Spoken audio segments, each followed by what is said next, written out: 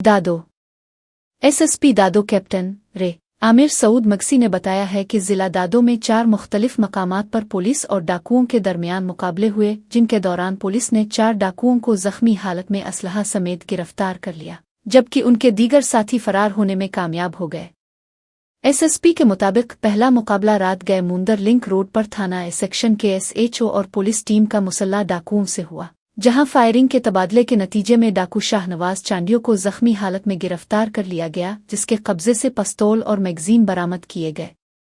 दूसरा मुकाबला मिहाल के इलाके राधन बाईपास के करीब पेश आया, जहां पुलिस ने मुकाबले के दौरान डाकू जाहिद उर्फ हवालदार चांडियों को जख्मी हालत में असलहा समेत गिरफ्तार कर लिया। तीसरा मुकाबला जूही रोड पर रुस्तमनी मोड़ के करीब हुआ, जहां पुलिस ने डाकू जवाद दीपर को भी जख्मी हालत में असलहा समेत गिरफ्तार कर लिया।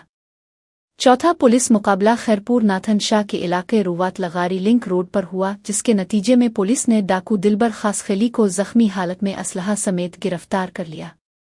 एसएसपी आमिर सऊद मगसी के मुताबिक तमाम जख्मी डाकुओं को फौरी तौर पर तिब्बी इमदाद के लिए अस्पताल मुंतकिल कर दिया गया है, जबकि उनके दीगर साथी मौका से फरार हो गए, जिनकी गिरफ्तारी के लिए इलाके में सर्च ऑपरेशन जारी है।